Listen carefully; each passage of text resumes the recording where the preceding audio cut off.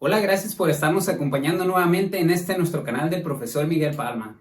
Hoy vamos a resolver un ejercicio que tiene que ver con fricción y el ejercicio al cual me refiero es el siguiente.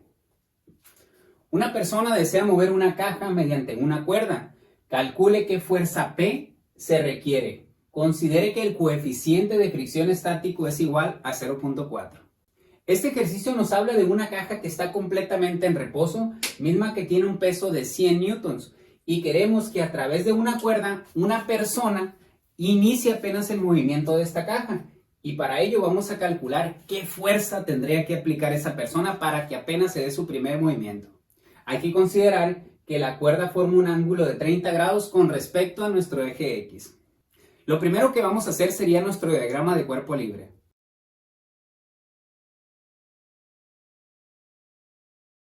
Este sería el diagrama de cuerpo libre aplicable a esta figura, así como a este enunciado de este ejercicio. Como puedes darte cuenta, aquí hemos dibujado 4 fuerzas.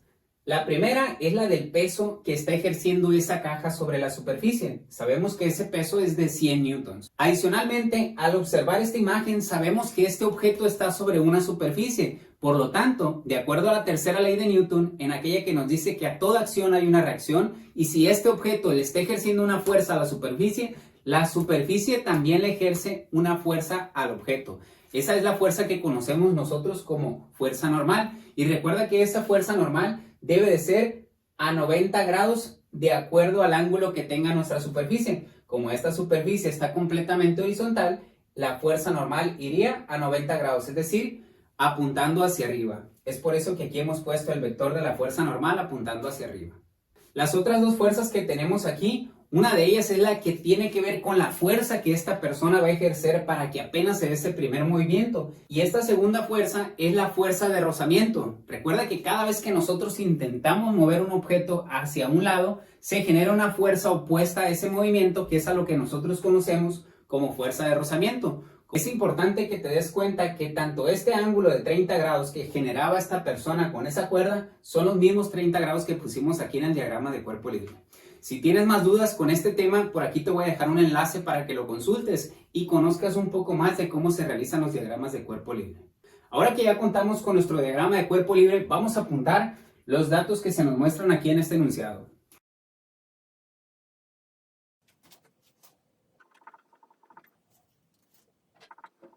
Estos son todos los datos que se nos proporcionan aquí en este enunciado y a su misma vez los hemos complementado con los que se nos muestran en este dibujo. El primero nos habla que vamos a calcular la fuerza P, la fuerza que va a ejercer esa persona para que apenas se dé ese primer movimiento. Luego tenemos el coeficiente de fricción estático. Este coeficiente es debido al movimiento que se está tratando de generar entre el objeto y la superficie. Cabe mencionar que este va a variar de acuerdo al material del que sea la superficie y el del objeto. Además de eso, como ya lo vimos, el peso de la caja son 100 newtons. Y por último, el ángulo de la cuerda con el cual esta persona va a ejercer esa fuerza es de 30 grados. Aquí lo tenemos. Para realizar este ejercicio nos vamos a apoyar de las fórmulas de equilibrio estático. Aquellas fórmulas que nos dicen que la sumatoria de fuerzas en el eje X y la sumatoria de fuerzas en el eje Y nos deben de dar 0 respectivamente. Así que vamos a apuntarlas. Y ahora te preguntarás, ¿con cuál de las dos vamos a iniciar? Para ello tendríamos que analizar qué es lo que estamos buscando y determinar sobre qué eje se encuentra esa fuerza. Como lo que nosotros estamos tratando de calcular es la fuerza P, y esta fuerza P tanto tiene componentes en nuestro eje X y componentes en nuestro eje Y, es decir, no se encuentra ni sobre nuestro eje X ni tampoco sobre nuestro eje Y, vamos a iniciar con la sumatoria de fuerzas en X. Para poder aplicar esta fórmula, nuevamente vamos a regresar al diagrama de cuerpo libre y ver cuáles son las fuerzas que están sobre nuestro eje X. De manera inmediata, al observarlo, nos damos cuenta que la fuerza de rozamiento está completamente sobre nuestro eje X. Y esta fuerza está apuntando hacia la izquierda. Por lo tanto, así como si tuviéramos una recta numérica donde sabemos que todos los números que estén hacia la derecha van a ser positivos y todos los números que estén hacia la izquierda van a ser negativos, lo mismo vamos a aplicar aquí con los vectores. Vector que esté apuntando hacia la izquierda lo vamos a poner negativo. Vector que esté apuntando hacia la derecha sería positivo. Con eso podemos concluir que esta fuerza de rozamiento la vamos a restar, es decir, la vamos a poner negativa. ¿Por qué? Porque está apuntando hacia la izquierda. Ahora vamos a regresar nuevamente a nuestro diagrama de cuerpo libre y ver qué otra fuerza está sobre nuestro eje X. Sin embargo, vemos que aquí no aparece ninguna otra fuerza que esté directamente sobre nuestro eje X, pero ya quedamos que esta fuerza P tanto tiene componentes en X como tiene componentes en Y. ¿Cómo podemos obtener qué tanto de esta fuerza P le corresponde al eje X y cuánto al eje Y? Aquí te presento las fórmulas. Si quieres conocer cuánto de esta fuerza le corresponde al eje X, tienes que multiplicar su magnitud, que en este caso sería P, por el coseno del ángulo. ¿Cuál ángulo? El que forme con respecto a nuestro eje X. Aquí serían 30 grados. Y ahora, si queremos conocer la contraparte, las componentes en Y de esta misma cantidad vectorial, tendríamos que multiplicar la misma magnitud, pero ahora por el seno del mismo ángulo, que serían 30 grados. Como aquí nosotros estamos realizando la sumatoria de fuerzas en el eje X, vamos a considerar P por el coseno del ángulo. Sin embargo, hay que analizar si esa componente en X sería positiva o sería negativa. Recuerda, si esa flechita, ese vector está apuntando hacia la derecha, lo vamos a considerar como positivo, y si está apuntando hacia la izquierda, como negativo. Te pregunto, ¿hacia dónde está apuntando este vector? Sabemos que tiene una inclinación, sin embargo, imaginándonos solamente la parte que le corresponde a nuestro eje X, ¿hacia dónde apuntaría? Hacia la derecha, por lo tanto lo vamos a sumar. Vamos apuntando entonces P por el coseno del ángulo como positivo. Una vez más, regresamos a nuestro diagrama de cuerpo libre y vas a volver a analizar si existe alguna otra fuerza que esté sobre nuestro eje X o alguna otra que tenga componentes en X. Vemos que evidentemente ya no existen fuerzas, así que de acuerdo a la fórmula dice que eso lo vamos a igualar a 0. Ya tenemos nuestra ecuación correspondiente a la sumatoria de fuerzas en el eje X. Sin embargo, como nosotros estamos tratando de calcular cuál es el valor de esa fuerza P, ¿qué tendríamos que hacer? De esta ecuación que nos quedó vamos a despejar esa P que tenemos aquí. Así que esta fuerza de rozamiento que está restando, como coloquialmente decimos, si la pasamos hacia el otro lado de la igualdad, pasaría con la operación opuesta. Aquí está restando, pasaría sumando. Eso vamos a hacer. En este momento ya hemos hecho una parte de ese despeje, pero ahora nos quedó el coseno del ángulo multiplicado por P. ¿Qué tendríamos que hacer para despejar P? Si aquí está multiplicando esto, lo tendríamos que pasar dividiendo. Y aquí ya tienes la ecuación que nos va a permitir calcular cuál es el valor de nuestra fuerza P. Ahora tenemos otro detalle. Resulta que la fuerza P la vamos a calcular dividiendo la fuerza de rozamiento entre el coseno del ángulo. Déjame decirte que esta fuerza de rozamiento la puedes calcular con la siguiente fórmula. Fuerza de rozamiento es igual a coeficiente de fricción estático por la fuerza normal. Acá la tenemos. Así que en vez de apuntar fuerza de rozamiento, pues podríamos poner los datos con los cuales podríamos encontrar esa fuerza de rozamiento. Listo, hasta aquí ya hemos sustituido lo más que pudimos en cuanto a nuestras variables, pero ahora vamos a sustituir cada uno de los valores que corresponden a esas variables. Coeficiente de fricción estático, la fuerza normal de momento no la conocemos, hasta el momento es una incógnita, así que la vamos a dejar como tal. Luego tenemos el coseno del ángulo, el ángulo sí sabemos que son 30 grados. Vamos sustituyendo estos valores. Ahora vamos a sacar el resultado de coseno de 30 y luego vamos a dividir 0.4 entre el coseno de 30.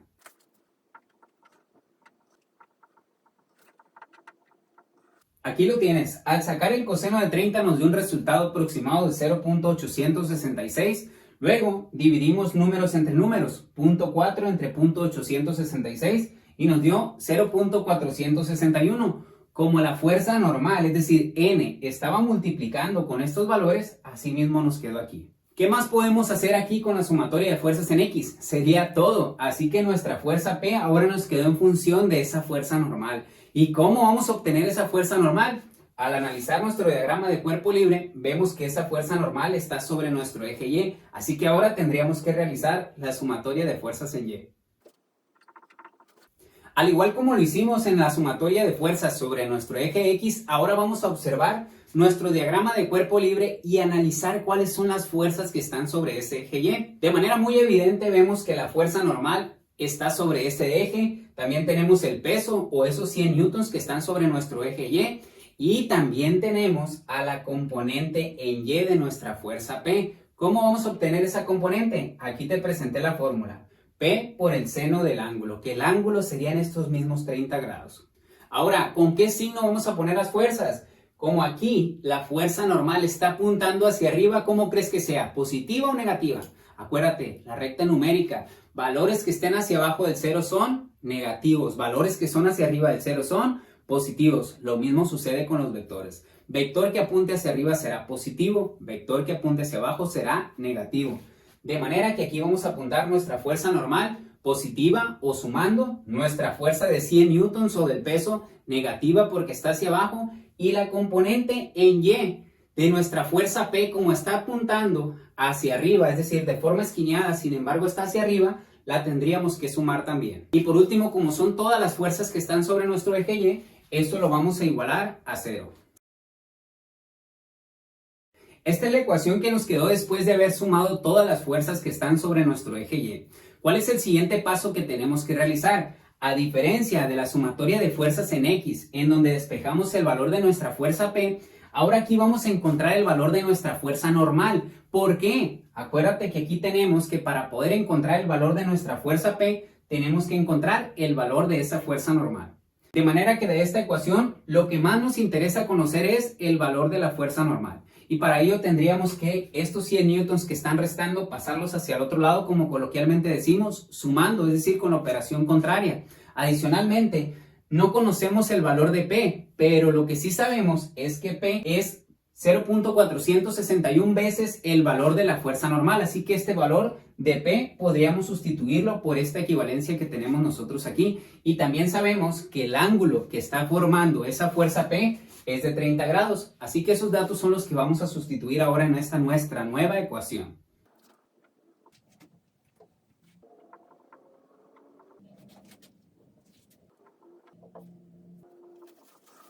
A continuación vamos a calcular cuál sería el seno de 30 y luego lo vamos a multiplicar por este valor.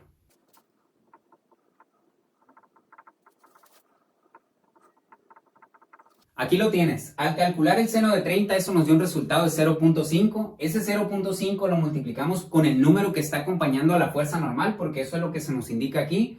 Y eso nos dio 0.23 multiplicado por la fuerza normal, es decir, 0.23 veces el valor de esa fuerza normal.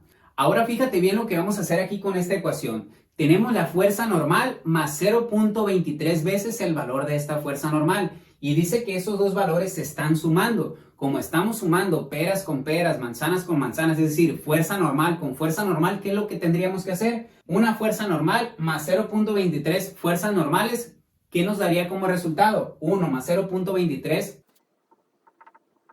Ya hicimos la suma de las fuerzas normales que nos habían quedado. Ahora, como tenemos multiplicando 1.23 por el valor de nuestra fuerza normal, ¿qué tendríamos que hacer si queremos encontrar el valor de la fuerza normal para sustituirlo aquí en esta ecuación? Esos 1.23 los vamos a pasar hacia el otro lado con la operación contraria. Aquí están multiplicando, pasarían dividiendo.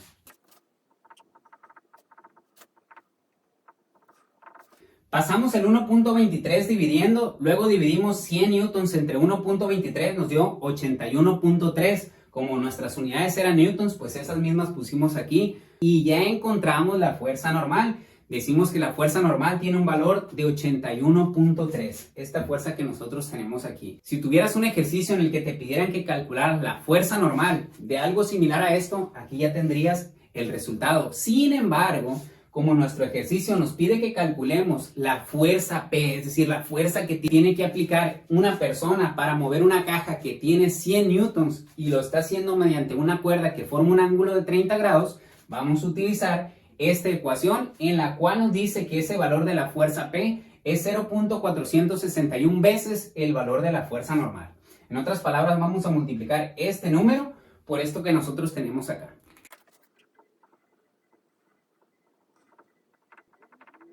Y listo, al fin hemos encontrado el valor de esta nuestra fuerza P.